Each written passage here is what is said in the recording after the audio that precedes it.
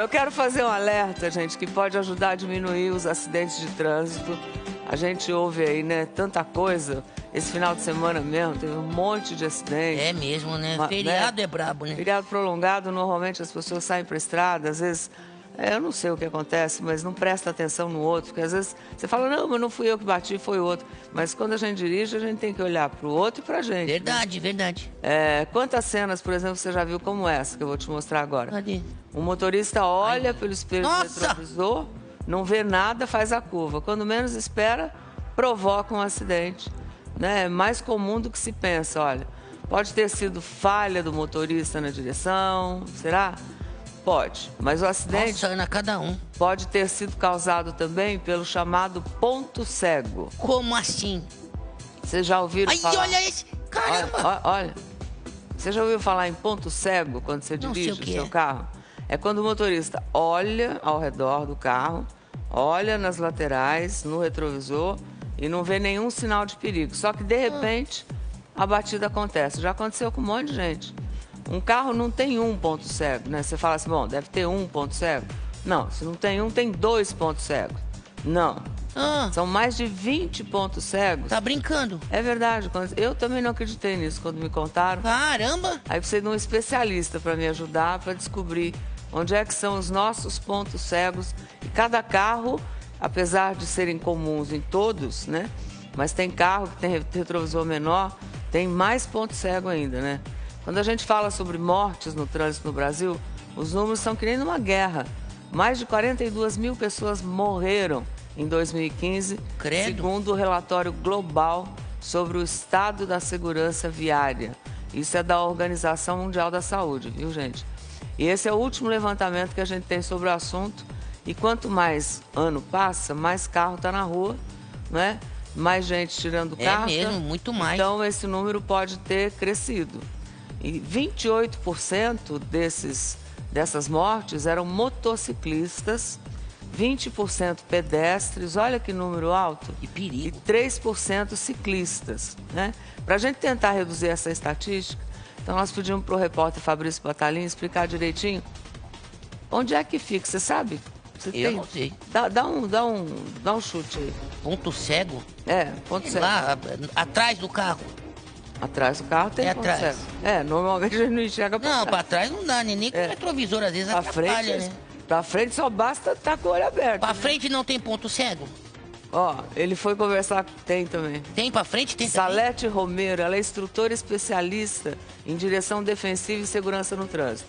Então presta atenção, vai sair hoje o carro daqui a pouco, bota reparo no que a Salete tem pra dizer, tá? Rodolfo.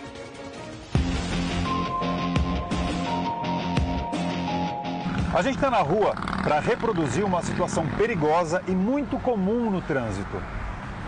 Eu olho pelo retrovisor, vejo uma moto se aproximando e, de repente, de uma hora para outra, ela desaparece. Vamos ver de novo? Que a imagem é muito rápida. A moto se aproxima e, de uma hora para outra, em fração de segundos, some do meu campo de visão. Se nesse momento eu tivesse feito uma conversão à esquerda ou simplesmente mudado de faixa, provavelmente eu teria derrubado o motociclista. É o chamado ponto cego, causador de tantos acidentes. Vamos parar o carro para começar a entender isso melhor?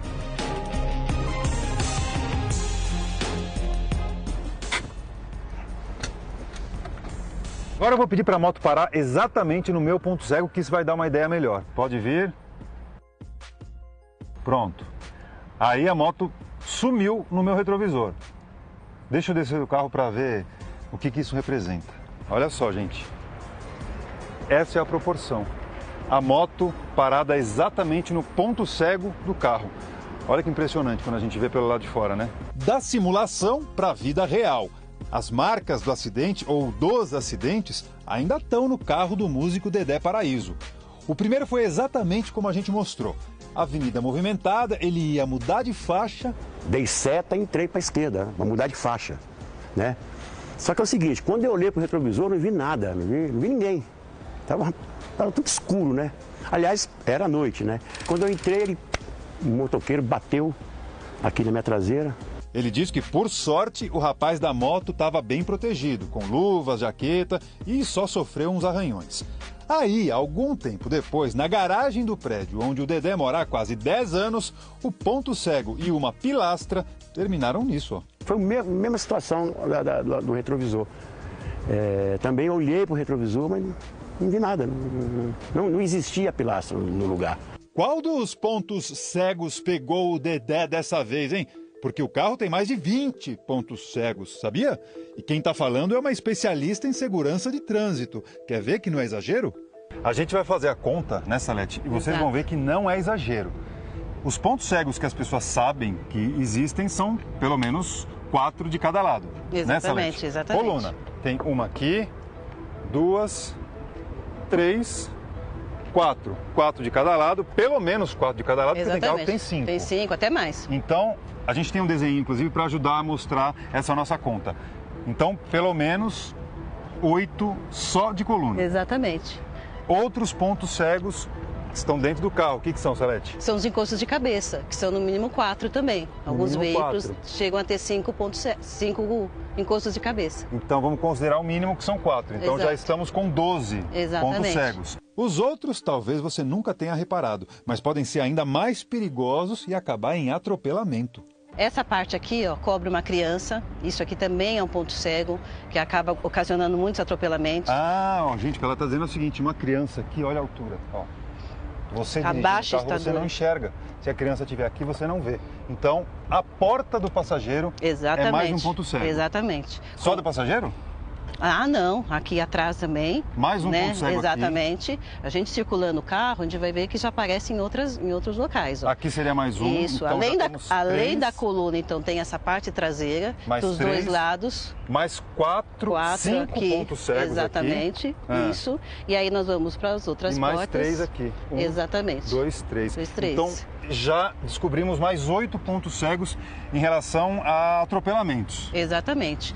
Tem mais, os próprios retrovisores atrapalham. Eles também cobrem a nossa visão de quando um pedestre está aqui, ó, passando por aqui, e eu deixo de ver, olha, ele me cobra exatamente aqui. A peça cobre a visão aqui. A visão de quem está passando. Exatamente. Então, se eu estou atravessando, de verdade, você tem razão. Exatamente. Se tem alguém atravessando aqui ou de lá, exatamente. Você às vezes não vê por conta do retrovisor que atrapalha a tua visão, em vez de te ajudar nesse caso. Exatamente. O espelhinho central também. Pior ainda se tiver algo a mais nele. Vocês vão me dizer se muita gente não faz isso, ó. Anda com algo pendurado aqui ou com um crachá da empresa, de repente. Isso piora, olha só. Exatamente. Acabamos de perceber isso, mas olha só.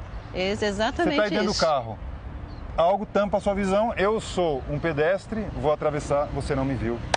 E acontece um acidente. Mais um ponto cego. Total, 23 pontos cegos. Mas basta só um deles e uma fração de segundo de desatenção para provocar um acidente.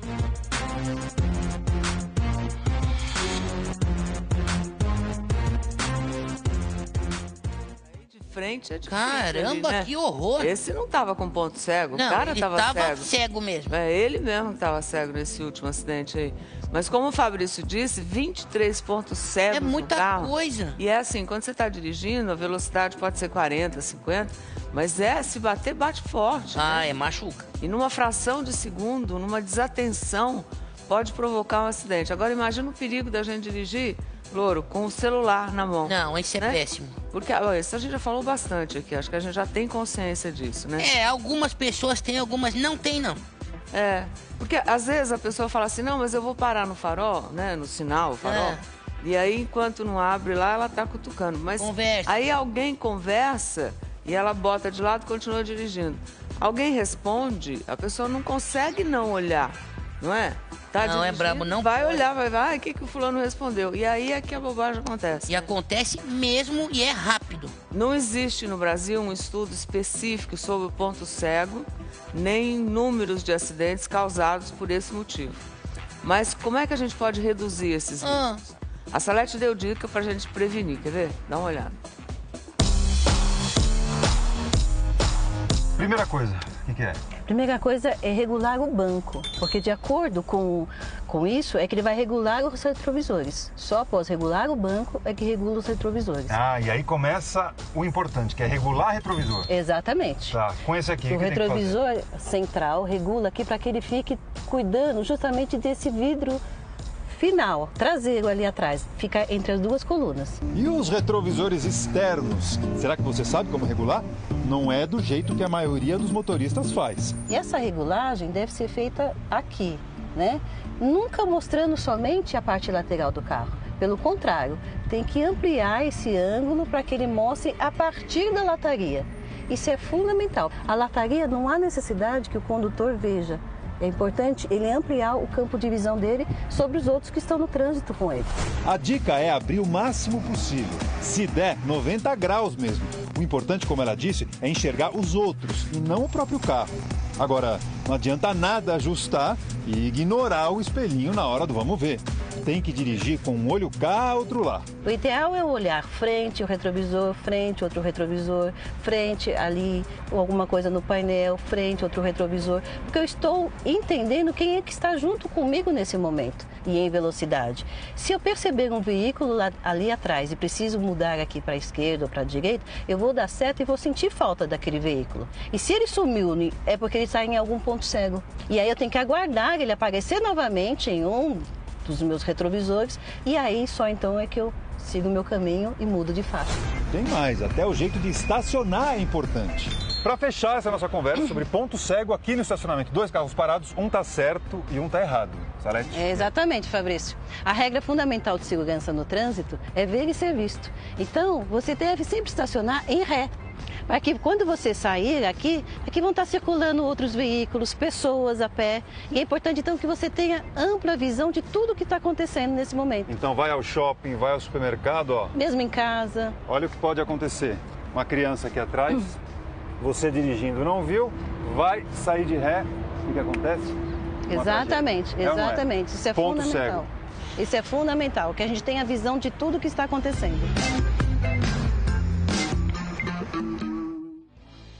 Bom, gente, eu acho que depois de pelo menos desse alerta aí... dica boa. Acho que esse alerta é bom para segunda, para terça, para qualquer dia. É mesmo, Ana. Mas aposto que cada vez que você entrar no carro, você vai lembrar da gente. Agora vai. E da gente não precisa lembrar dos pontos cegos, né? Pois e redobrar a atenção, principalmente ao mudar de faixa, né? Não custa sinalizar, né? Atenção em moto, são muito numerosas nos centros urbanos, cidades grandes, né? E muitas, né? E tem um detalhe, evite dirigir ao lado direito de veículos grandes, né? Seja visto, já é uma boa ação. Só se você ser visto já é uma boa ação preventiva, né?